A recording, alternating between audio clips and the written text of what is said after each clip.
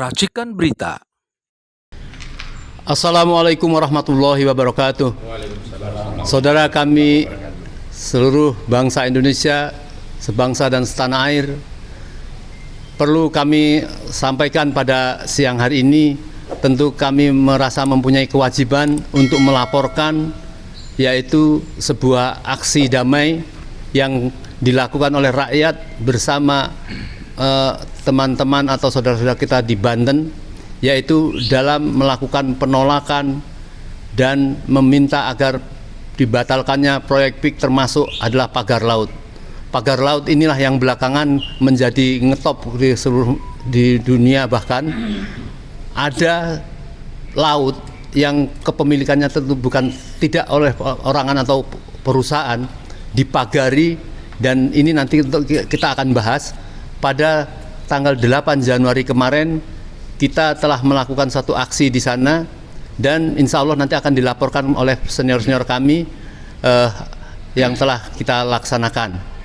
Tentu nanti akan berkembang apa yang telah disampaikan dari peristiwa, karena banyak sekali dari kita menanyakan apa hasil dari aksi tanggal 8 Januari di wilayah pemagaran laut di wilayah PSN PIK 2. Untuk itu kami mohon Pak Marwan selaku salah satu koordinator lapangan dan telah bertemu dengan para pemimpin-pemimpin di sana, mungkin memberikan laporan awal. Silakan. Ya, terima kasih Om Lim. Assalamualaikum warahmatullahi wabarakatuh. Waalaikumsalam. Alhamdulillahirrahmanirrahim. Allahumma salli ala Sayyidina Muhammad. Baik, terkait dengan acara tanggal 8 Januari, dapat kami sampaikan bahwa acara tersebut intinya adalah untuk membuat pernyataan tentang perlawanan rakyat yang melihat terjadinya state corporate crime oleh pemerintahan Jokowi yang didukung oleh konglomerat hitam. Dan salah satu yang kita persoalkan adalah kebijakan dan program-program oligarki untuk menguasai tanah-tanah negara, tanah-tanah rakyat secara zolim, melanggar konstitusi, Pancasila, dan undang-undang yang berlaku. Karena itulah acara tanggal 8 itu antara lain menyatakan akan terus berlangsungnya perlawanan rakyat di seluruh Indonesia terhadap kejahatan ini. Lalu di samping deklarasi itu, pernyataan itu, ada 8 tuntutan yang kita sampaikan. Antara lain itu adalah untuk pemerintah segera membatalkan PSN, termasuk juga membatalkan proyek PIK 2. Menuntut DPR itu untuk segera membentuk pansus PSN dan pansus PIK 2. Kemudian menuntut BPK misalnya untuk melakukan audit menyeluruh terhadap kejahatan yang sudah disebutkan tadi, yaitu state corporate crime. Kemudian kita juga menuntut supaya ada sanksi hukum terhadap pelaku kejahatan ini. Lalu yang sangat penting adalah kita meminta ganti rugi secara material dan moral terhadap korban yang sudah terjadi oleh kejahatan yang sistemik, ya, terstruktur, sistemik, dan masif, termasuk brutal oleh rezim oligarki yang dipimpin oleh Jokowi, didukung oleh Aguan dan juga Antoni Salim. Itulah acara yang kita sudah cetuskan, deklarasi perlawanan rakyat terhadap kejahatan sistemik yang dilakukan oleh rezim, di samping tadi tuntutan-tuntutan. Nah, untuk itu kepada teman-teman yang sudah berpartisipasi, terutama teman-teman yang datang dari luar Banten, ada teman-teman dari misalnya perguruan tinggi seperti UI Watch, ada Kapak ITB dan seterusnya, ada mahasiswa, ada juga teman-teman dari FPI Pusat, kemudian FPI Banten terutama, termasuk Persada 212, baik yang dari pusat maupun yang ada di Banten atau di sekitar Tangerang. Itu semua adalah teman-teman kita, di samping yang lain-lain, aktivis yang selama ini aktif untuk mengadvokasi perlawanan terhadap kejahatan sistemik ini. Itu saya kira, jadi pada kesempatan ini kami ingin mengucapkan terima kasih, tapi sekaligus untuk menyatakan bahwa ini baru awal, kita baru deklarasi dan ini akan terus berlanjut. Dalam waktu dekat, dalam seminggu, 2 minggu ke depan, kita akan melanjutkan aksi tersebut, dan kemungkinan besar itu masih di sekitar apa yang diklaim sebagai PSN PIK 2 oleh rezim, dan kemungkinan besar itu adalah di sekitar desa Kohod atau Keramat. Tapi juga kita akan melanjutkan aksi misalnya di Bekasi. Ternyata ada konglomerat lain yang kelakuannya sama ini, seperti Aguan dan Salim, dan juga modusnya juga mirip-mirip. Dan ini terjadi di era Jokowi. Dan saya kira ini ada deal-deal politik dan kekuasaan dan uang dan rente yang memang bermain di sini. Ada kepentingan rente besar bagi oligarki, bagi pengusaha, tapi ada kepentingan melanggengkan kekuasaan bagi para penguasa. Ini sudah saling dukung dan akan berlanjut. Nah, karena itu saya kira kejahatannya terhadap negara dan rakyat itu sudah sangat nyata, dan bukti-bukti untuk menunjukkan bahwa ini kejahatan sistemik, brutal, terstruktur, itu sudah lebih dari cukup bukti-buktinya. Maka karena memang penyelenggara negara seperti DPR atau penegak hukum itu sudah tidak berfungsi, kita saya kira sudah sepantasnya untuk melanjutkan perlawanan. Kalau belakangan muncul masalah pagar laut 30,16 km ya panjangnya, dan ini kan tidak ada yang mengakui bahwa ini adalah proyeknya.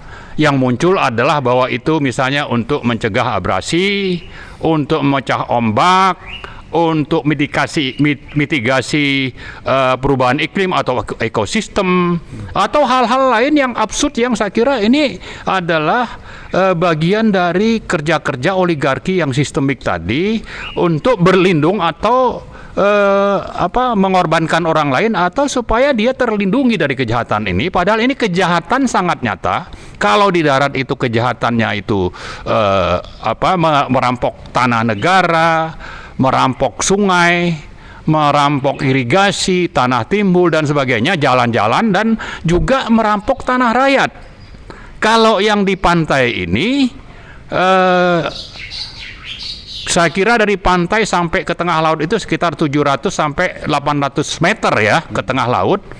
Ini memang dicoba dimanipulasi bahwa ini ada pemiliknya, padahal ini pantai punya negara. Jadi ada upaya sistemik untuk merampok tanah negara. Nah, untuk itu saya kira kita perlu mengingat ya, ada kejahatan di darat, ada kejahatan di laut, bahwa kejahatan di darat itu kalau diukur dengan kejahatan di laut, yang di darat ini ada korban manusianya yang lebih tinggi jumlahnya. Kalau nanti di laut itu mungkin nelayan ya yang tidak bisa melaut, mungkin jumlahnya itu lebih kecil dibanding misalnya yang di darat itu. Di samping ada nelayan sebagai korban, ada petani, ada petambak, ada pekerja lepas dan sebagainya, dan juga ada korban mereka itu harga tanah dan bangunan yang dimiliki itu dihargai dengan sangat-sangat murah. Ini kezoliman yang sangat nyata. Karena itu kita ingatkan kepada siapapun, kepada pemerintah, kepada para aktivis, kepada rakyat semua, jangan sampai kita digiring untuk hanya mempersoalkan pagar laut, tapi lupa dengan masalah yang jauh lebih besar. Itu satu hal. Kemudian yang kedua, jangan kita terkecoh bahwa ini entah proyek siapa. Ya, bahwa ini adalah proyek oligarki. Penanggung jawab utama itu adalah Jokowi, Aguan, Salim. Ini satu paket. Mereka ingin menguasai pantai itu, nanti ini akan direklamasi. Dan ini akan dijual jauh lebih mahal dibanding yang di darat. Kalau kita misalnya datang ke hotel-hotel yang di pinggir laut, itu pasti ya, kalau yang menghadap pantai itu lebih mahal. Sama juga dengan rumah yang di pinggir pantai itu pasti lebih mahal. Dan ini tanahnya, tanah negara yang dikuasai, yang dirampok. Ya, jadi saya ingatkan kita semua, mari terus melakukan perlawanan. Kejahatan ini harus dihentikan. Kalau memang penyelenggara negara tidak mampu, mari kita rakyat itu bangkit. Tanggal 8 hanya awal, kita akan lanjutkan terus aksi-aksi, dan sambil kita mengingatkan yang namanya DPR. Ya, Pak Prabowo itu Presiden RI sekarang, jangan cuma omon-omon. Ya, ini fakta di lapangan, korban itu yang mati sudah banyak, yang kehilangan pekerjaan itu sudah puluhan ribu. Anda cuma omon-omon itu ya mending saya bilang mundur aja lah. Ya, mundur, nanti rakyat akan datang melakukan revolusi untuk mengganti pemimpin yang layak untuk memimpin Indonesia ini, dibanding Anda sampai saat ini tidak jelas sikapnya gitu. Ya, itu mungkin ekstrimnya saya bicara seperti itu, tapi bisa saja ada cara yang Anda sedang lakukan. Yang penting jangan sampai Anda takluk kepada Jokowi, Agwan, Salim, dan konglomerat lain yang akan terus mencaplok tanah-tanah negara dan rakyat dengan cara zolim yang sudah berlangsung bertahun-tahun selama pemerintahan Jokowi, dan ini harus segera diakhiri. Dan kami sekali lagi mengajak kita semua untuk terus melawan, dan di sisi lain kami mengingatkan DPR, partai-partai, atau siapapun yang terkait dalam proyek ini, termasuk juga dari DPR, itu untuk segera berbuat. Dan jangan terkecoh dengan hanya urusan pagar laut, urusannya jauh lebih besar dari itu. Saya kira itu saja. Terima kasih. Assalamualaikum warahmatullahi wabarakatuh. Terima kasih Pak Maulana, kita dengar sangat lengkap apa yang disampaikan beliau. Tetapi semua apa yang disampaikan beralasan misalnya ini dilakukan oleh oligarki. Faktanya di lapangan kita menemui rakyat di daerah sana, kita tanya siapa yang mematok-patok ini. Dia mengatakan ya ada sebuah perusahaan nampaknya dipimpin oleh Agwan. Jelas-jelas dikatakan oleh masyarakat seperti itu. Dan apabila ini bukan hanya tertuju di sana, Pak Marwan tadi menyebut memang ternyata model-model seperti ini tidak hanya di sana. Tadi disebutkan ada di Bekasi, ada di mana-mana, nanti kita akan paparkan. Oleh karenanya apapun, sebagian rakyat juga sudah memberikan apresiasi lah kepada KKP yang katanya disuruh oleh Presiden Prabowo untuk segera menindak itu. Maka sebaiknya harus segera dilakukan tindakan-tindakan itu untuk memuaskan rakyat, terutama tidak ingin konglomerat yang selama ini telah menjajah rakyat sedemikian jauh tidak diberikan sanksi apa-apa. Cuma kemudian dihilangkan pagarnya, tidak diberi sanksi apa-apa. Ini yang harus dilakukan apabila ingin memenuhi kehendak rakyat dan tentunya untuk kemerdekaan negeri kita. Kami lanjut minta Pak Narko memberikan sikap tentang ya. Bismillahirrahmanirrahim. Assalamualaikum warahmatullahi wabarakatuh. Bapak-bapak, ibu, saudara-saudara sekalian sebangsa setanah air, barusan kita mendengarkan keterangan dari Pak Marwan Batubara masalah PIK 2 PSN yang kemarin kita melakukan kegiatan menyampaikan aspirasi di lapangan. Pada kesempatan ini saya mungkin melanjutkan apa yang disampaikan oleh Pak Marwan Batubara tadi. Yang pertama saya sampaikan, ini proyek tinggalannya era Jokowi. Dan kita semua sudah tahu saat ini presiden adalah Prabowo. Karena itu sebenarnya kita nyampaikan ini, kita tujukan kepada pemerintahan Prabowo. Dan pada kesempatan ini saya sampaikan, itu bukan proyek strategi nasional. Itu proyek abal-abal dari pengusaha atau oligarki hitam rakus bekerja sama dengan aparat dan pejabat pemerintah yang sudah dibeli oleh pengusaha tadi. Pengusaha tadi yang katanya perusahaan itu adalah yang namanya perusahaan Agung Sedayu Group, yang punya itu Agwan dan Antoni Salim. Jadi ini proyek bukan proyek strategis nasional. Kita tahu yang namanya proyek strategis nasional itu ada kriterianya. Mempercepat pembangunan nasional untuk meningkatkan kesejahteraan rakyat secara menyeluruh dan adil. di daerah tersebut. Tapi di sini tidak. Di sini upaya memperkaya pengusaha rakus dan menindas rakyat miskin. Itu yang terjadi fakta. Karena apa? Karena dia merampas tanah rakyat, merampas. Dan yang lebih ironis lagi, dia juga sebetulnya merampas tanah negara. Dan kita tahu yang mengelola negara ini adalah pemerintah. Tadi sudah disampaikan. Yang dirampas oleh proyek ini, oleh Agung Sedayu Group ini, sungai ditutup, saluran irigasi ditutup, jalan juga dirampas, pantai, laut juga dirampas di samping tanah rakyat. Jadi ini pemerintah apa ini kalau diam saja? Terus terang kalau kepada pengusaha hitamnya ini, yang namanya juga ada pengusaha hitam bajingan, memang harus dimusnahkan ini. Tapi pemerintah yang bisa dikendali oleh pengusaha bajingan ini loh yang saya heran. Harus dimusnahkan juga. Ya harus dimusnahkan. Saya biar begini juga pernah jadi pejabat pemerintah. Kita tahu apa yang harus kita kerjakan sebagai pejabat pemerintah untuk rakyat. Sekali pada kesempatan itu saya menyindir, meminta, kalau nggak bilang marah kepada pejabat pemerintah dan aparat. Saya lihat sendiri kemarin, saya berhenti di salah satu masjid, pengurus masjidnya langsung melarang, perintah Kapolsek katanya, Masjid Al-Ma'arif Desa Kohot. Kaget saya, ya saya kasihan lihatnya, kita tinggalkan aja. Ini yang perlu saya sampaikan. Yang kedua, sampai di sana kita kumpul, titik rencana kegiatan kita sudah diduga sekelompok orang, bayarannya si Aguan. Terpaksa kita pindah. Kemudian di titik yang baru tadi kita juga diganggu oleh preman tadi. Saya pikir negara di mana? Negara punya Aguan, negara punya pemerintah. Di mana kehormatan, harga diri dan tanggung jawabnya pemerintah resmi, pemerintah Republik Indonesia, yang di sana ada pemerintahan desa, polisi, ada juga TNI dan instansi lain.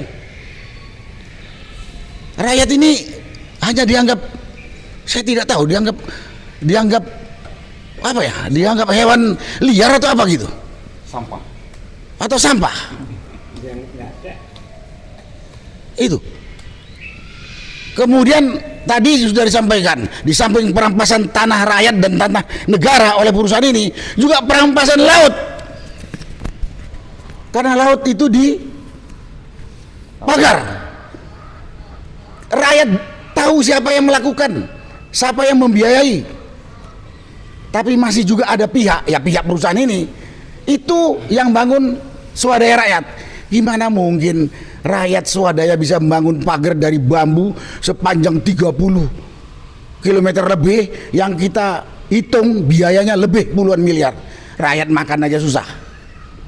Habis itu tidak tahu. Dan pemerintah masih diam saja. Pemerintahan yang dipimpin oleh Prabowo, Presiden. Itu kondisi. Yang heran saya, kita kumpul di satu tempat yang kita udah izin sama yang punya tanah, dan kita sudah tahu memberitahu kepada polisi kita akan ada kegiatan di tempat ini. Ada aparat polisi tanya kepada saya, ada apa kau tanya? Kapolres tanya izin siapa di tempat ini Pak, katanya. Ya izin yang punya tanah, saya bilang. Di sini apa yang bisa saya simpulkan? Polisi pun berpihak kepada pengusaha hitam ini.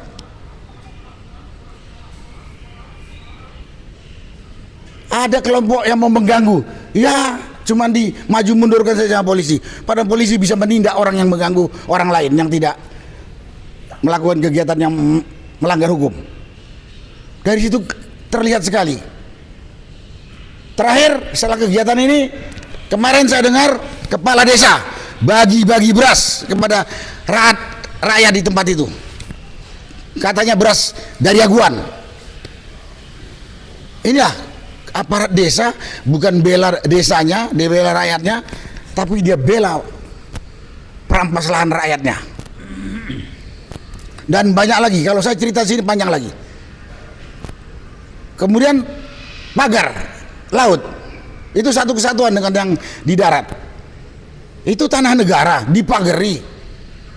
Yang kita sudah dengar, kira-kira ini akan direklamasi. Ya dugaan kita akan direklamasi. Nanti untuk daerah, ya mungkin dia punya resort lah, supaya rakyat makin terpuruk. Karena itu kalau saya ngomong sekarang ini, di mana aparat pemerintah, baik yang ada di pusat, di provinsi, di daerah sampai di desa, ada penindasan kepada rakyat, penindasan biadab. Bayangkan aja, ada tanah yang belum dibayar sudah diuruk, ada yang baru dibayar separuh udah diuruk, ada yang belum dibayar tapi surat tanahnya udah diambil. Itu terjadi sana. Kan lebih biadab dari penjajahnya. Kalau saya baca sejarah, kira-kira lebih biadab dari penjajah Belanda dulu waktu menjajah Indonesia itu. Dengan kita punya pemerintahan sendiri. Loh, apa artinya kita merdeka 17 Agustus dulu? Karena itu pada kesempatan ini saya hanya minta kepada Presiden Prabowo, Bapak sudah cukup lama, saya yakin dengar kasus penindasan ini. Dan ini hanya satu diantaranya. Tadi sudah disampaikan oleh Pak Marwan. Terjadi di Kerawang, terjadi di Surabaya, terjadi di Kalimantan Timur, terjadi di Lampung, terjadi juga di Rempang, terjadi juga di Sumatera Utara. Walaupun pelakunya berbeda-beda, tapi semua pengusaha.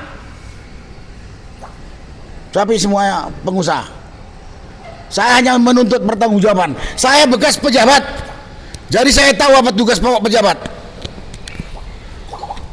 Saya juga tidak baik jadi pejabat, tapi saya tidak pernah merampas, menginjak-injak atau mengemis kepada rakyat, karena dia yang harus kita bantu. Tapi faktanya sekarang, rakyat yang sudah kehilangan tempat tinggal, kehilangan pekerjaan dan lain sebagainya, terlunta-lunta di 8 kecamatan itu.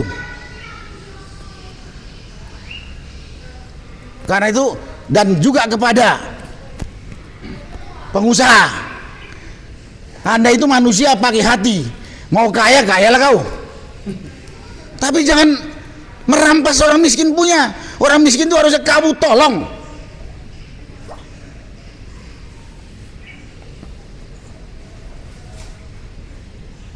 Kemudian kepada rakyat,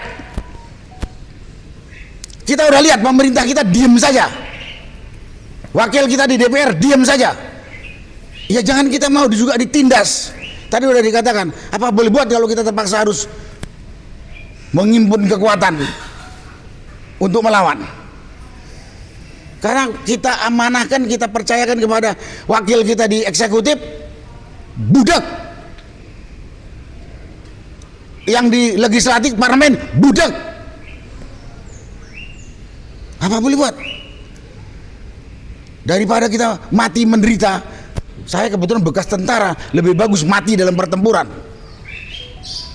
daripada kita mati berlama-lama disiksa, nggak makan, nggak bisa tidur, sakit, mati. Itu yang sekarang dialami oleh rakyat. Itu yang sekarang dialami oleh rakyat di tempat tersebut.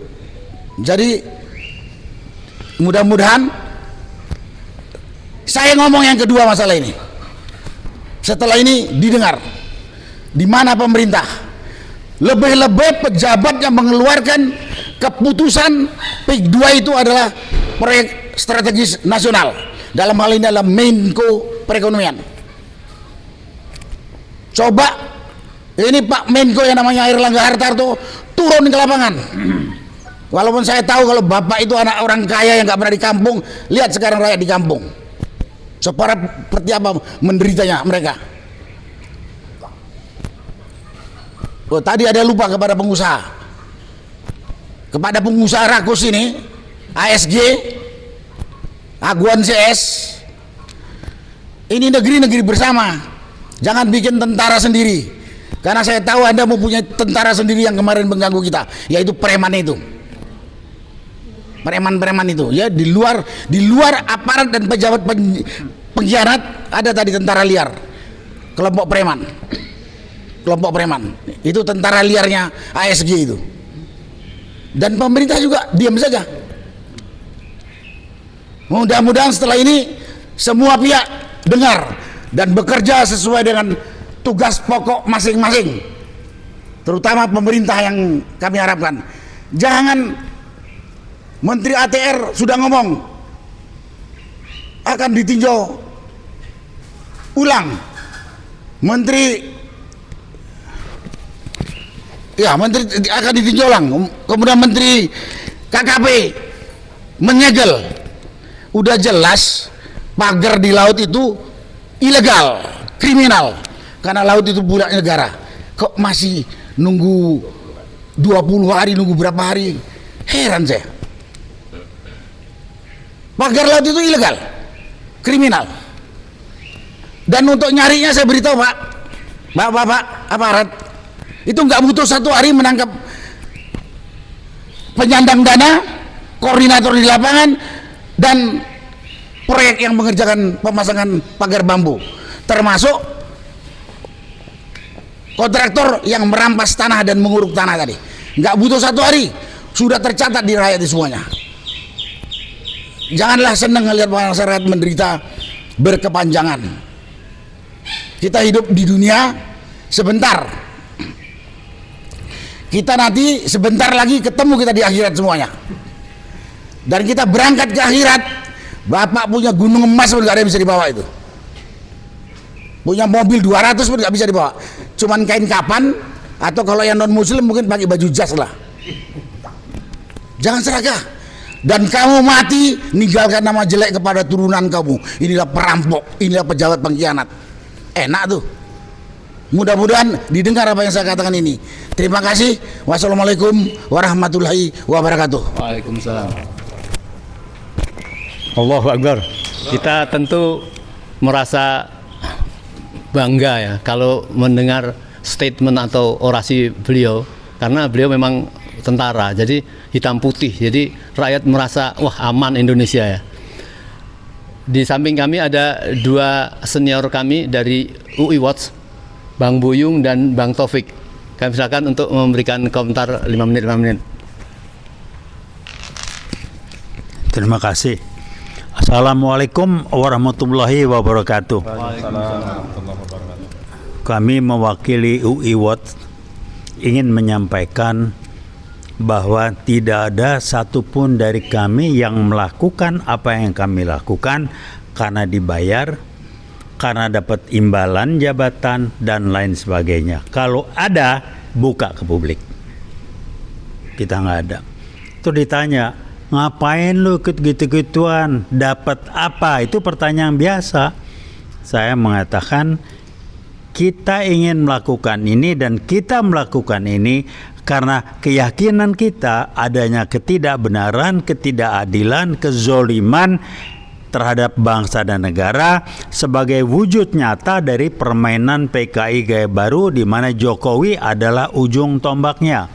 Orang boleh ketawa sambil nanya mana PKI-nya, karena otak Anda ada otak yang baru mampu melihat kalau sudah kelihatan. PKI gaya baru tidak tampil ke permukaan, tapi barangnya jelas, contoh jelas, Jokowi adalah PKI gaya baru. Ini hasil kerja dari Jokowi. Nah, apa yang harus dilakukan? Pak Prabowo sebagai pemerintah yang baru kena tugas kewajiban cuci piring.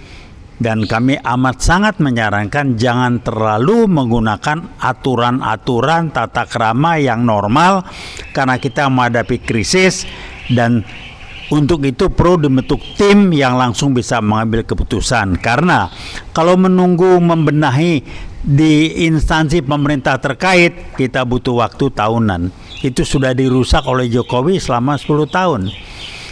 Jadi kami mengatakan, kami dari rekan-rekan ini, khususnya saya mewakili UI Watch, mengatakan kita melakukan ini karena tanggung jawab moral kita. Kita sudah meyakini dan membuktikan, kembali mengingatkan, inilah wujud nyata dari PKI gaya baru dengan ujung tombaknya yang namanya Joko Widodo, merusak bangsa dan negara, memecah belah umat Islam khususnya, dan memperlemah TNI, ngacak-ngacak masyarakat, merusak bangsa dan negara, dan ini butuh waktu untuk bebenah. Tapi akan cepat kalau kita bentuk tim untuk kebenahi. Kembali kami mengatakan, kami bukan kelompok orang yang mendapat imbalan materi ataupun non materi. Kami adalah kelompok orang yang melakukan suatu karena nilai-nilai kezoliman yang kami lawan, dan kita tidak mau PKI Gaya Baru bermain dalam bentuk segala macam bentuk tertutup lewat yang namanya penguasa aguan. Jokowi di medsos mengatakan, tolong tunjukkan di mana saya korupsi. Oh gampang, saya dulu bisnismen. Apa dilakukan? Anda dapat setoran dari aguan itu, memutuskan mengeluarkan PEK 1, PEK 2 PSN termasuk nama Erlangga Hartarto. Anda orang bisnis, saya orang bisnis. Anda dapat cuan berapa? Jokowi sih jangan diomongin.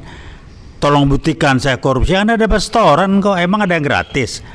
Jadi aguan, Anda jadi ujung tombak karena Anda nyetor banyak dan Anda merasa Anda berhak untuk melakukan sesuai kepentingan bisnis Anda, tapi Anda lupa masih ada kita-kita, dan Anda berbisnis yang amat sangat merugikan masyarakat, bangsa dan negara, dan kebetulan Anda gabungan dengan orang-orang yang membuka pintu untuk PKI Gaya Baru bergerak dan buka pintu untuk dari Cina daratan masuk ke Indonesia, invasi teritorial. Saya ingatkan kepada rekan-rekan, jangan diam-diam aja, apalagi yang nanya ngapain lo ikut begituan, dapat apa lo ini kelompok orang yang tidak punya tanggung jawab, tidak punya rasa, baru bergerak kalau kakinya keinjak, tapi kalau orang lain yang kena dia nggak pusing. Kami bukan kelompok orang seperti itu. Kami melakukan yang terbaik yang bisa kami lakukan. Hasilnya lillahi ta'ala. Kita akan bergerak terus dan kita tidak akan pernah berhenti. Terima kasih. Wassalamualaikum warahmatullahi wabarakatuh. Waalaikumsalam warahmatullahi wabarakatuh. Bang Buyung, lanjut. Assalamualaikum warahmatullahi wabarakatuh. Saya hanya ingin menambahkan sedikit yang bikin kepala saya pusing begitu ya. Saya lihat Jokowi ini dalam memimpin 10 tahun itu sangat-sangat menghancurkan republik ini. Negara dijual, negara digadaikan, ya. Dan ada yang lebih parah lagi, kekuasaan diwariskan ke anaknya. Hutang yang harus bayar itu adalah rakyat. Mau dibawa kemana nih negeri? Saya berharap Prabowo sebagai penguasa jangan sampai tidak mempunyai kekuasaan lagi akibat permainan taipan-taipan ini. Saya rasa demikian, terima kasih.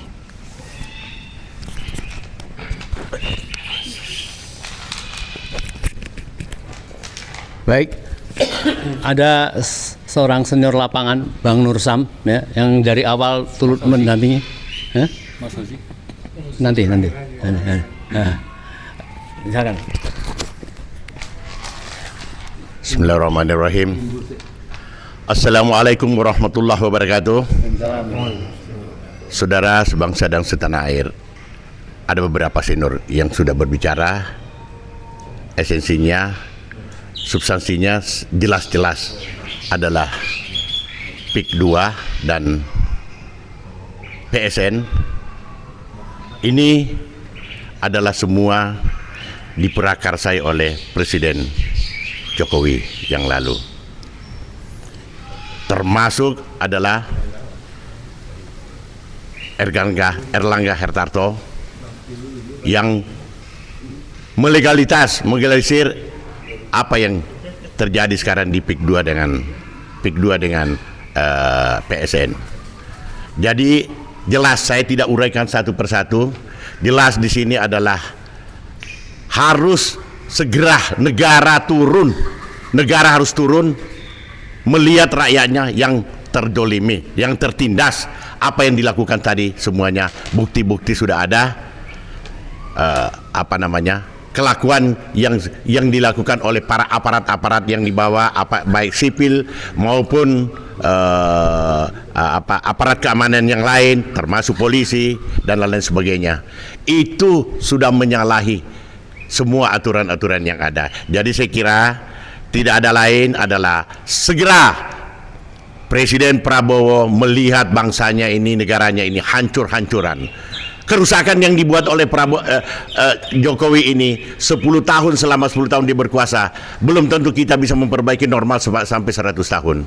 Karena seluruh sendi-sendi apa yang terjadi dalam negara ini sudah dirusak oleh kebijakan Jokowi. Olehnya itu harapan kita kepada Bapak Presiden Prabowo segera mengambil langkah-langkah. Rakyat Indonesia ingin melihat janji daripada Prabowo, berpihak kepada Prabowo, berpihak kepada masyarakat rakyat. Ya, artinya ciri khas, jati diri, kepemimpinan beliau yang kita tunggu, yang tidak pernah kita ragukan. Nah sekarang kalau ini yang tidak terjadi, apa kata orang, hanya cuma omon-omon. Jangan tunggu rakyat turun untuk mengadili kedoliman-kedoliman yang dilakukan oleh para pelaku-pelaku negara ini. Jadi saya kira Bapak Presiden dengan sangat rendah hati segera mengambil langkah-langkah. Jangan biarkan mereka ini menderita di bawah. Mau makan, mencari nafkah, ekonomi sudah terpuruk itu. Jadi kita tunggu kebijakan langkah-langkah Bapak Prabowo. Kalau saya 20 hari itu terlalu lama diberikan waktu untuk pembubaran perubuhan daripada pagar itu tuh. Apa yang dikatakan beliau tadi itu, Bapak Jenderal Sunarko, 1 hari itu selesai. Semua pelakunya, kemudian yang memotori, yang memerintahkan itu perusahaan yang memerintahkan itu 1 hari itu kita bisa tangkap itu mereka itu. Kenapa harus 20 hari?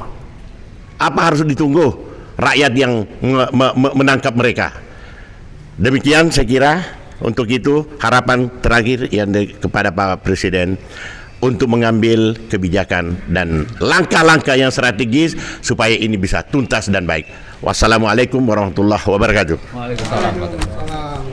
Ada Bang Ismet, beliau salah satu aktivis yang tergabung di dalam Sapa Islam, dan beliau kemarin menjadi ketua panitia aksi, menjadi korlap aksi di PIK pada tanggal 8 Januari kemarin. Kami silakan Pak Bang Ismet melaporkan. Bismillahirrahmanirrahim. Assalamualaikum warahmatullahi wabarakatuh. Saya pikir apa yang sudah disampaikan oleh para tokoh tadi merupakan bukti nyata bahwa PIK 2 itu merupakan kejahatan yang sangat luar biasa. Jadi bagi kita rakyat Indonesia, siapapun dia, maka harus dipahami bahwa PIK 2 yang berkedok PSN itu adalah sebuah kejahatan dalam skala negara, dan ini memanipulasi hukum. Jadi tidak ada kata lain bahwa ini sudah merupakan kejahatan yang luar biasa. Walaupun ada pihak-pihak dari pengacaranya Aguan dan siapapun yang mengatakan bahwa ini sesuai dengan aturan hukum, aturan negara, itu bohong semuanya. Ya. Siapa yang tidak percaya maka silakan datang ke lapangan, silakan debat publik sama para tokoh yang ada di sini. Jadi ini yang harus dipahami betul dan dipegang pemahamannya oleh rakyat Indonesia, terutama rakyat Banten yang kemarin tanggal 8 Januari 2024 kami semua datang ke lokasi di Desa Sukawali untuk memberikan dukungan di lapangan bahwa kami sangat peduli dengan rakyat Banten yang telah dirampas hak-haknya. Soal pagar laut, tidak ada kata lain bahwa laut itu milik negara. Maka siapapun yang melakukan penguasaan terhadap laut itu merupakan perampasan terhadap kedaulatan negara Kesatuan Republik Indonesia. Jadi Bapak Prabowo sebagai presiden tidak ada kata lain, memang harus langsung mempidanakan, menangkap Aguan, Antoni Salim, termasuk Jokowi yang menjadi biang keroknya, untuk diadili sesuai dengan hukum yang berlaku. Demikian, mudah-mudahan kita memahaminya dengan benar. Soal PIK 2, PIK 1 merupakan perampasan terhadap tanah rakyat dan negara serta kedaulatan negara Republik Indonesia. Terima kasih. Wassalamualaikum warahmatullahi wabarakatuh. Waalaikumsalam warahmatullahi wabarakatuh. Di samping kita ada pengacara keren ya, Bang Samsir. Beliau bukan saja sekedar penasihat hukum dari Pak Said Didu, tetapi beliau mendampingi banyak masyarakat yang dilakukan penistaan kepada mereka diintimidasi dan sebagainya. Kami silakan menceritakan agak lengkap, Pak Samsir. Terima kasih, Om Lin. Assalamualaikum warahmatullahi wabarakatuh. Waalaikumsalam. Saudara-saudara sebangsa, setanah air. Belakangan ini kita dikejutkan lagi. Setelah berbulan-bulan kita melihat PT Agung Sedayu Group berusaha merampas tanah rakyat yang sebenarnya diberikan oleh pemerintah lewat proyek strategis nasional PIK 2 yang jumlahnya cuma 1.755 hektar. Tapi pada awal-awalnya hampir 9 kecamatan di pesisir utara itu dipasangin papan-papan proyek strategis nasional PIK 2. Jadi masyarakat yang ada 9 kecamatan tersebut yang luasnya hampir 100.000 hektar itu lewat tangan-tangan pengusaha yang diberikan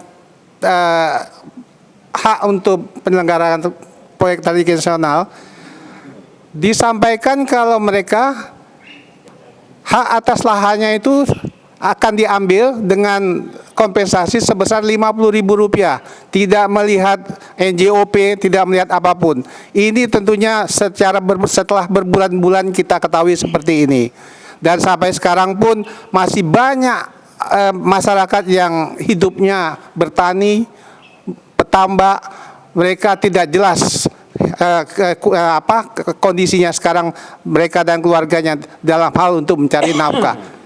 Belakangan ini kita dikagetkan lagi dengan ada pagar di laut sepanjang 30,16 hektar yang memang sebelumnya kita juga kilometer, maaf saya ralat, 30,16 kilometer yang sebelumnya memang dari Pulau Cangkir itu secara parsial memang sudah ada.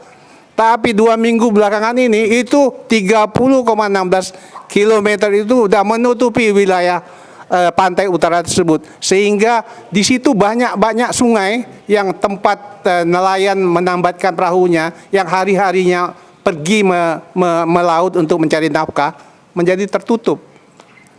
Kita coba bayangkan, rumah kita, di depan rumah kita dipasangin pagar, kita tidak bisa keluar kemana-mana. Di mana kita sebagai kepala rumah tangga harus menghidupi keluarga kita. Ini sudah 2 minggu. Pemerintah masih memberikan waktu 20 hari ke depan.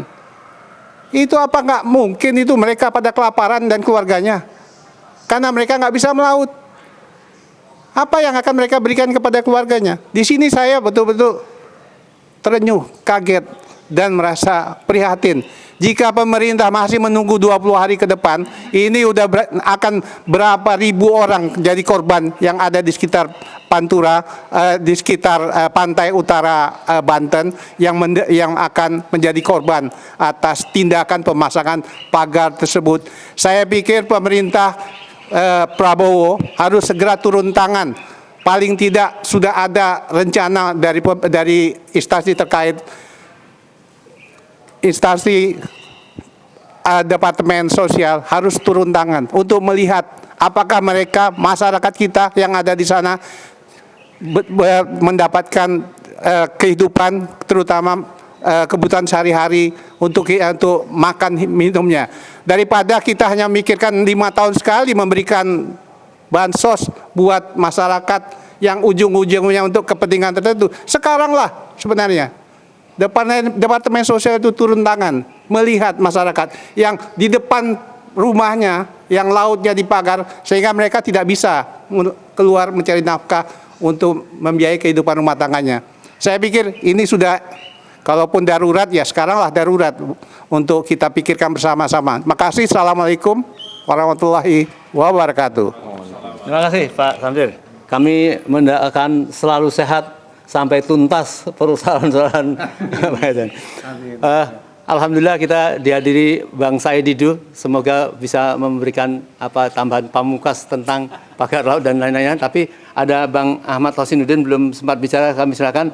Tadi banyak sekali tuduhan dari atau perkiraan dari Bang TB bahwa ini bukan kebijakan biasa. Ini ada unsur bisnisnya, pasti ada terima sesuatunya kepada Presiden Jokowi itu. Kami silakan Pak. Ya, bismillahirrahmanirrahim. Yang pertama saya menghimbau kepada segenap rakyat Banten, juga seluruh rakyat Indonesia, bahwa perjuangan ini tidak mungkin bisa berhasil hanya dilakukan oleh kami ya, hanya dilakukan oleh Bang Marwan Batubara, hanya dilakukan oleh Bang Samsir, hanya dilakukan oleh Pak Jenderal Purnawirawan Sunarko dan yang lainnya. Tidak, tapi ini butuh kebersamaan seluruh rakyat bersinergi dalam levelnya masing-masing untuk menyuarakan kebenaran. Sebab kezaliman itu bisa menang bukan karena kuatnya kezaliman, tapi karena diamnya orang-orang yang benar.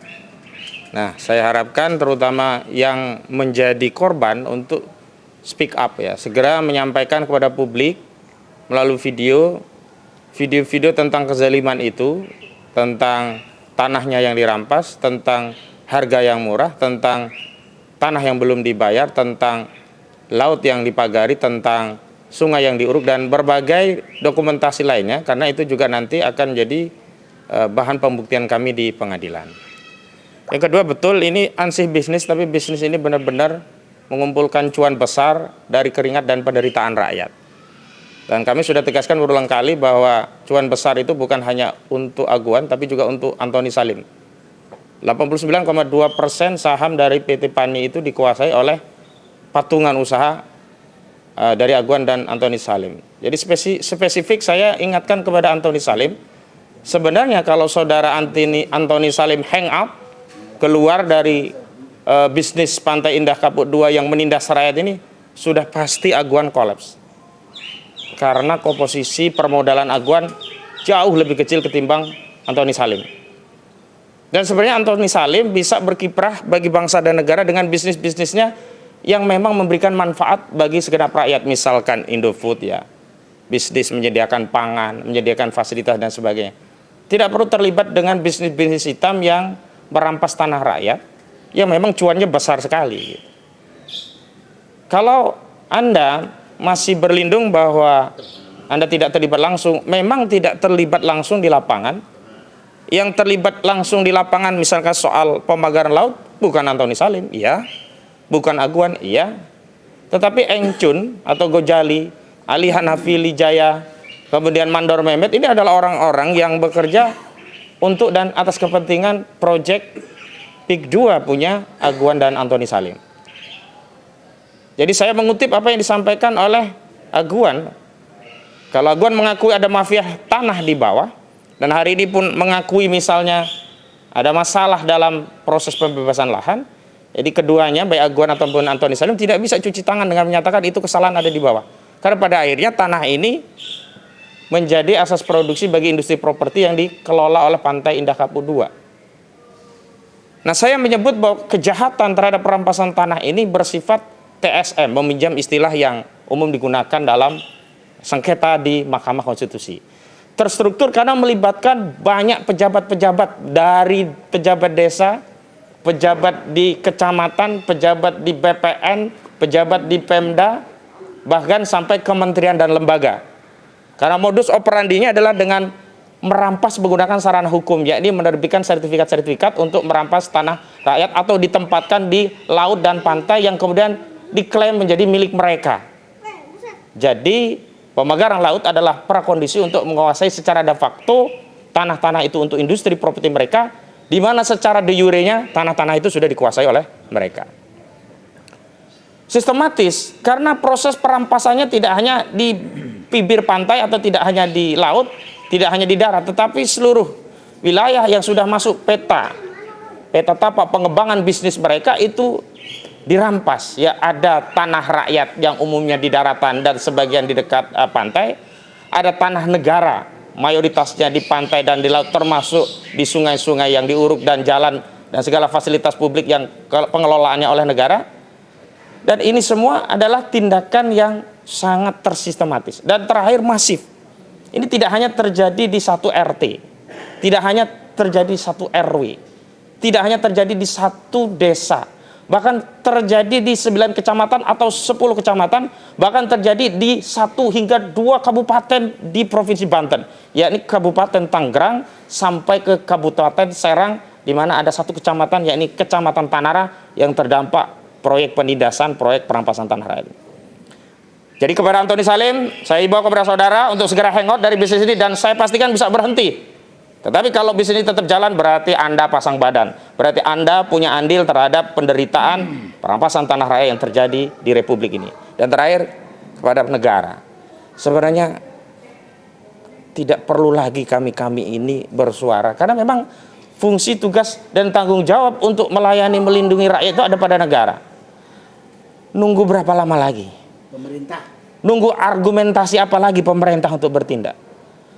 Nunggu penderitaan yang macam apa lagi sampai keluar keputusan untuk membatalkan status PSN dan segera menghentikan proyek PIK 2 milik Aguan dan Antoni Salim ini? Saya tanya itu. Apakah menunggu banyak rakyat yang menderita lagi, atau banyak rakyat yang celaka lagi gara-gara kendaraan proyek PIK 2 yang sudah memakan korban hingga jiwa? Atau menunggu pemagaran laut itu bukan hanya 30 km, tapi menunggu seluruh bibir pantai di wilayah kedaulatan negara Republik Indonesia dipagari dan berubah menjadi negara kesatuan Republik Aguan? Apa menunggu begitu?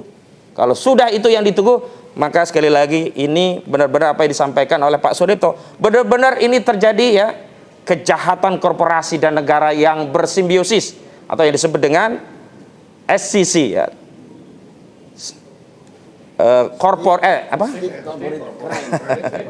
State Corporate Crime begitu ya. State Corporate Crime. Karena apa? Ini ada pembiaran bahkan difasilitasi oleh negara. Negara yang dimaksud adalah pemerintahnya. Sementara negaranya itu sendiri sebenarnya konstitusinya tidak memberikan 1 inci pun peluang atau celah bagi pemerintah untuk melayani oligarki. Itu saja yang bisa saya sampaikan. Terima kasih. Assalamualaikum warahmatullahi wabarakatuh. Terima kasih. Mohon maaf, ada Daeng Didu, ya, kami persilahkan untuk mau ngomong apa saja karena beliau lebih tahu apa yang harus dibicarakan. Kami silakan. Saya menggunakan kesempatan ini untuk ini sebenarnya saya mampir aja ketemu teman-teman pejuang yang sudah diwakili Khalid ya sekarang. Kalau tentang PIK 2 Khalid lebih jago lah. Menghadapi pemerintah dan menghadapi PIK 2, menghadapi pengacara, menghadapi cukup Khalid yang menghadapi itu, penjelasannya sudah sangat lengkap. Saya hanya menggunakan kesempatan ini bahwa 2 minggu lagi Pak Prabowo memasuk 100 hari. Dilantik 20 Oktober, jadi tinggal 2 minggu lagi masuk 100 hari. Rakyat bertanya, apakah 100 hari betul Pak Prabowo itu bersama rakyat atau bersama oligarki dan Solo? Itu titik persimpangan jalan yang Pak Prabowo harus pilih. Nah, rakyat masih sangat berharap bahwa Pak Prabowo kembali ke aslinya dan bisa lepas dari cengkraman oligarki dan dinasti Solo. Itu harapan rakyat. Tapi apakah Pak Prabowo melakukan? Kami masih berharap. Kami masih berharap. Pak Narko mungkin juga berharap. Walaupun mungkin harapannya lebih rendah dari saya.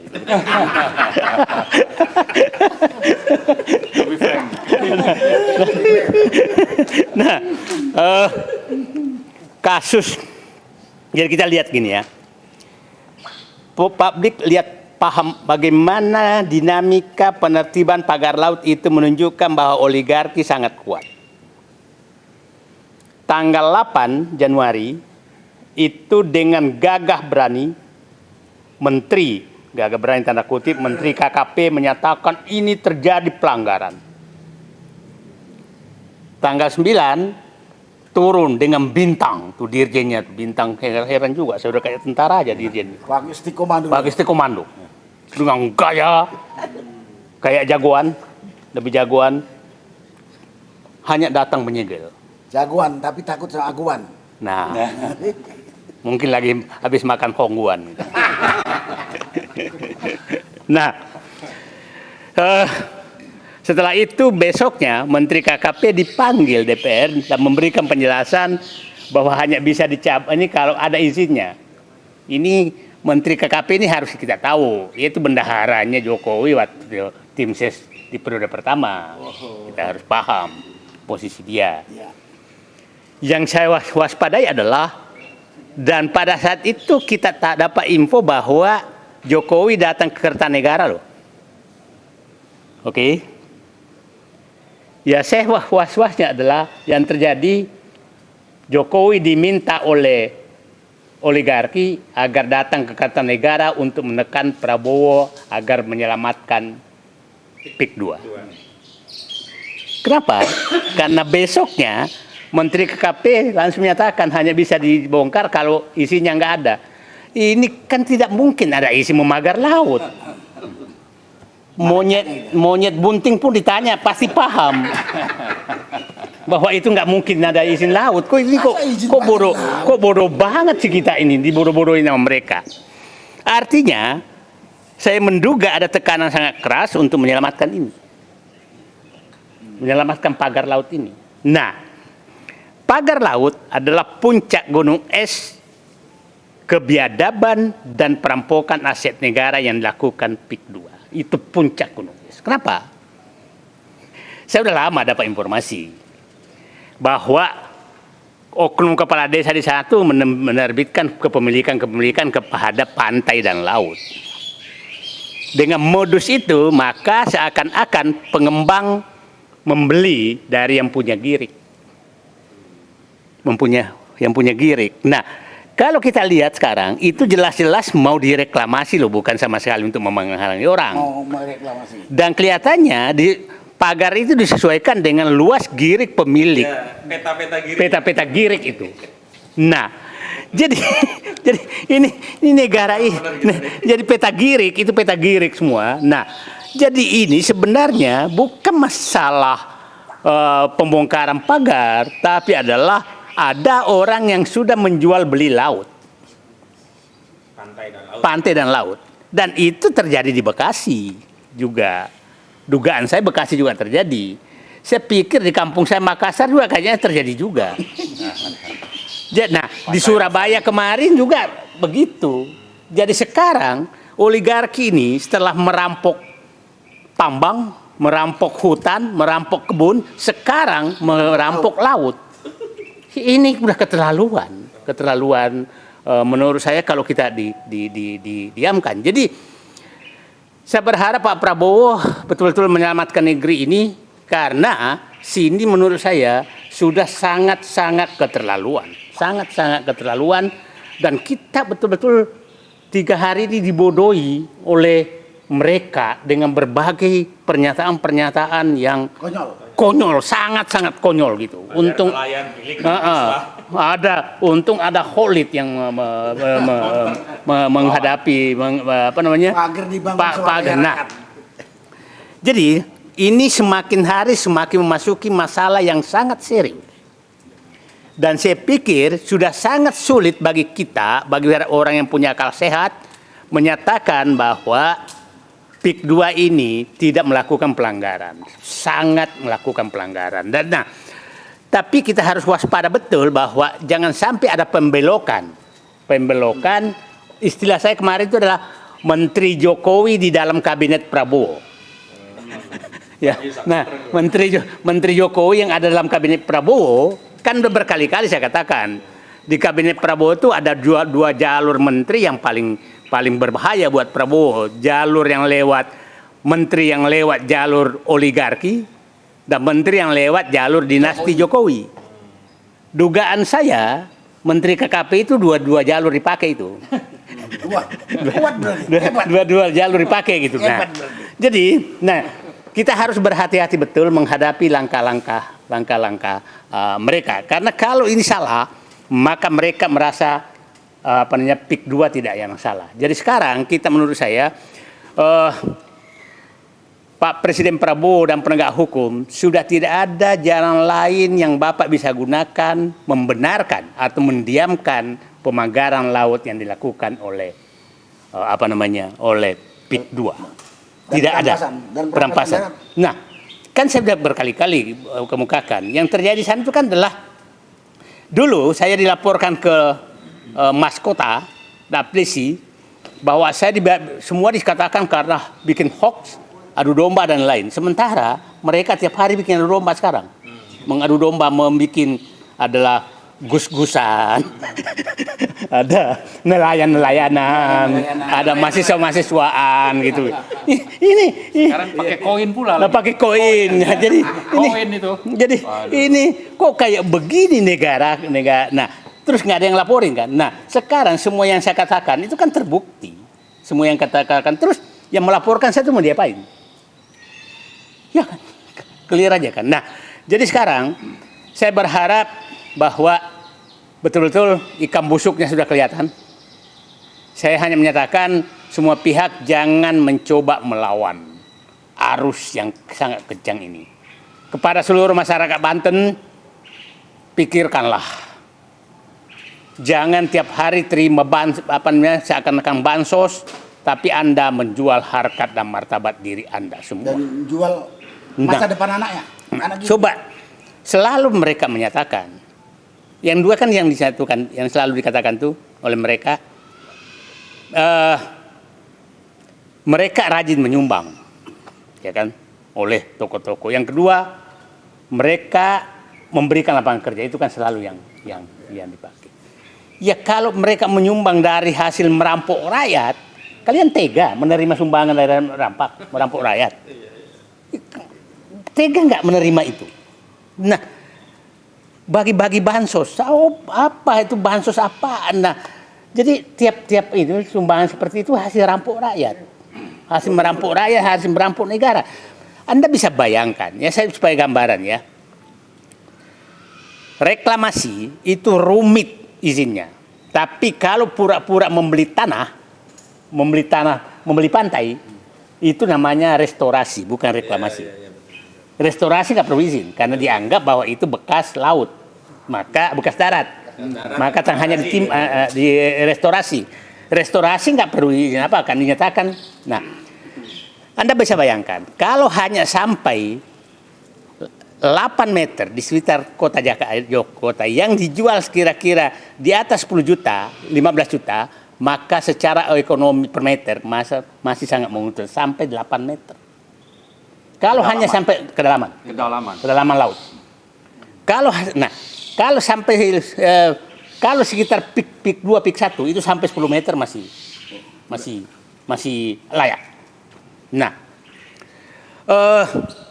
itu yang terjadi sehingga hampir semua yang diambil itu sekitar 8 meter yang dipagar itu maksimum. Nah, kedalaman laut. Jauhnya 1 kilo. Nah, pokoknya mau sampai 8 meter itu instruksinya. Nah, ini adalah persekongkolan sangat jahat. Persekongkolan sangat jahat sehingga saya katakan ini kepala desa yang menerbitkan girik itu harus ditangkap. Hukum mati. BPN yang memberikan surat hak kepemilikan, mau sertifikat apa namanya, hak pemilikan terhadap itu, maka dia harus ditangkap. Itu harus ditangkap semua. Nah, itu menurut saya harus dilakukan karena sudah menjual beli laut. Itu yang nggak boleh sama sekali. Nah, kalau ini sempat lolos, maka laut kita sudah akan diambil semua. Jadi ini bukan masalah yang sederhana. Sehingga mereka sebenarnya memang targetnya adalah meluluskan. Jadi saya mengharapkan, mari kita fokus bahwa ini ada persekongkolan sangat jahat yang dilakukan oleh pemerintah Jokowi dengan bersama. Siapa tahu kedatangannya Kertanegara ke Kertanegara itu, Jokowi sudah ketakutan. Ini aku masuk penjara kalau ini, ya kan? Karena kebijakannya dia yang keluar itu. Nah, kita nggak tahu. Siapa tahu ada transaksi yang terjadi karena ini. Coba bayangkan Pak, kalau itu 1.000 hektar laut, 1.000 hektar laut. Saya dapat informasi yang dikasih nama itu hanya dikasih Rp15.000 per meter. Itu ya besar lah, nggak punya hak kok. Numpang nama Ya, doang. numpang nama doang.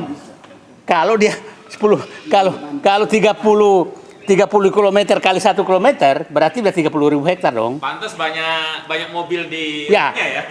30 hektar dong, 30.000 hektar dong. 30 hektar itu berapa triliun nilainya? Ratusan triliun, ribuan triliun. Nah, inilah pencurian yang dilakukan oleh, ya saya juga nggak tahu, tangan Allah bekerja.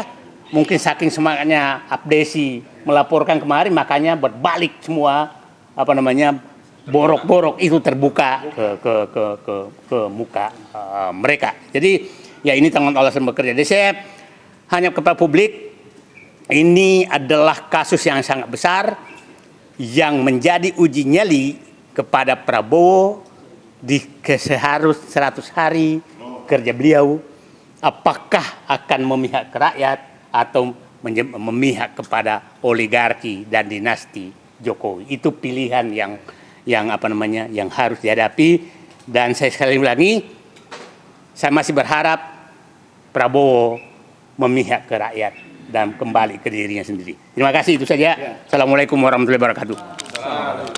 Terima kasih Bang Said. Saudara, bayangkan andai kata dugaan dari Bang Said Didu, tadi juga dari Bang Hosinuddin, bahwa girig itu memang ada dan diterbitkan oleh aparat. Saya kira ini yang menjadi sangat luar biasa. Pencurian, pantas saja Bang Samsir tadi mengatakan sangat lama untuk menindak itu, tunggu 20 hari. Ya. Saya kira mungkin terakhir Bang Marwan untuk memberikan, karena menjadi salah satu koordinator dari rakyat, untuk apa tindakan, ya, tindakan terhadap pencopotan itu. Mau dicopot rakyat atau segera mungkin pemerintah melakukan pengumuman malam ini akan melakukan, atau tindakan, atau bahkan sampai tuntutan-tuntutan kepada orang-orang yang melakukan kejahatan tadi. Kami silakan. Isunya bukan soal mencabut pagar ya, tapi menuntut langkah nyata dari Presiden Prabowo bahwa kejahatan di darat dan di laut itu sudah terjadi. Pagar laut itu terjadi di laut, tapi skala di darat itu jauh lebih besar karena sudah ada korban. Dan korbannya itu sampai sekarang menderita. Oke, ada nelayan, tapi di samping nelayan di darat itu ada petani, petambak, dan sebagainya. Jadi dari sisi skala, yang di darat yang sudah terjadi di 9 kecamatan, kejahatan TSMB, terstruktur, sistematik, masif, dan brutal, sudah dilakukan oleh rezim ini. Biadab bisa juga, BB berarti, ya. Artinya bahwa ini kejahatan sudah sangat nyata. Lalu yang kedua, kita bicara tentang pagar, itu kan adalah bagian dari proyek di darat dan di laut. Dan pelaku kejahatan utamanya itu ya tetap saja yang namanya Aguan, Antoni Salim di sisi pengusaha, dan di backup oleh Jokowi di sisi penguasa. Jadi saya kira kalau kita masih menunggu-nunggu ini siapa yang mengaku atau nyari-nyari, saya kira itu tidak perlu. Penjahatnya sudah jelas, yaitu Aguan dan Antoni Salim. Ini tinggal ditangkap saja, nggak perlu nunggu 20 hari atau cari-cari siapa ini, udah jelas itu orangnya itu gitu. Ya. Ngaku penjara kita nggak cukup.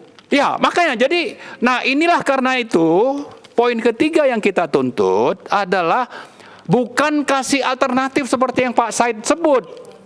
Pak Prabowo, sekarang Anda mau menghentikan PSN PIK 2, menangkap pelaku kejahatan TSMB ini, atau Anda nanti akan berhadapan dengan rakyat.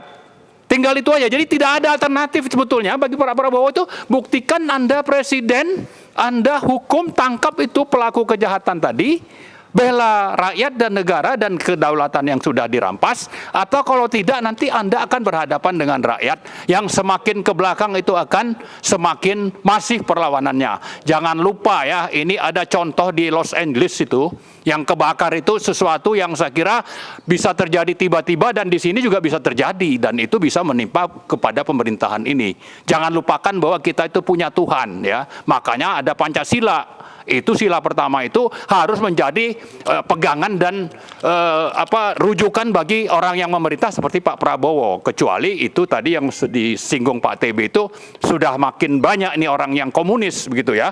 Seperti yang saya kira diduga dijalankan oleh Joko Widodo. Nah, saya kira Pak Prabowo tidak seperti itu.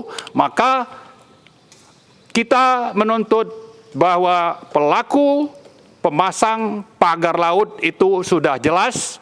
Aguan Antoni Salim sebagai penanggung jawab utama, kemudian ini orangnya harus ditangkap, kemudian PSN PIK 2 harus dibatalkan segera, dan kalau itu tidak dilakukan, saya kira rakyat siap untuk melakukan perlawanan. Saya kira itu saja, makasih. Assalamualaikum warahmatullahi wabarakatuh.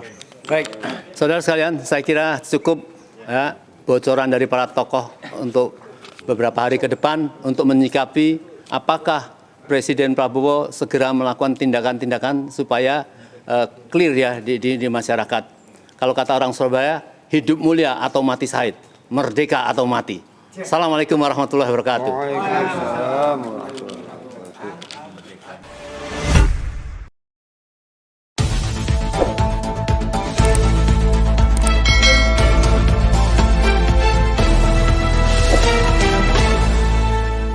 Racikan Berita